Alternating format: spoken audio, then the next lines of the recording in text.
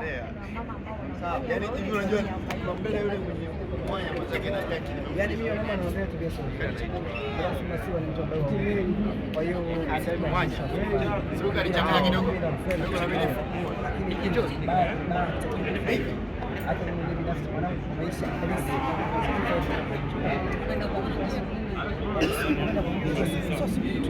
Kwenda kwa pia naye sio asubuhi wala sio mchana, yani kwenda kapumua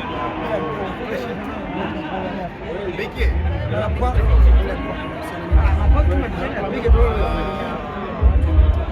ni kitu kizuri bana. Hebu dawa kawa kulia unawaza basi inshallah utakapata kusimama moja la mwisho kwa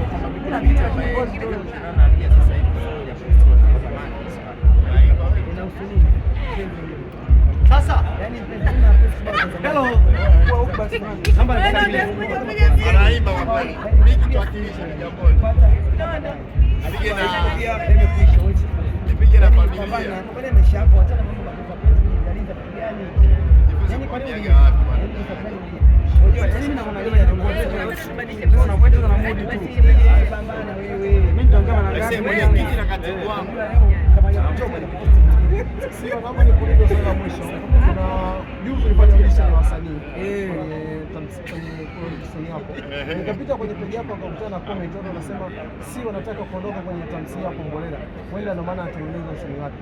Msanii kita alizosweka huko kwenye tamthilia yako Kombolela ama anataka kuondoka ndio maana atengeneza usanii wako au piga unapigaga sikio unageuza chini juu maana hivyo inakutesa. Labda mwenyewe mwandishi akiniandika asione kama natakiwa kuendelea kama kinihitaji mimi ninawasubiri yangu kwa jana shinda ni bora, lakini sasa hivi nimechaguliwa kutoka Kombolela na msanii yuko mniamrisha. Hivyo ambao nimewachagua mimi ni ndio msongo wa kwa hiyo hapo sikuja na mambo ya bosi yako ni fresh. Kwa hiyo mimi bado nipo Kombolela kazi kwa vizuri kwa hiyo nimeamua kufanya hivi kwa sababu niliweka yaani tunajiuliza kuna nini kusaidia watu.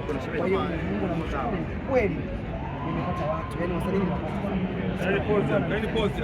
ile ambao wachache lakini pia nawachukua wote yaani mimi niwachukua nimeshindwa kuwachukua jana wasanii wamejiandaa mtengenezea bomba la picha kwa asante kwa kusaidia mpaka jana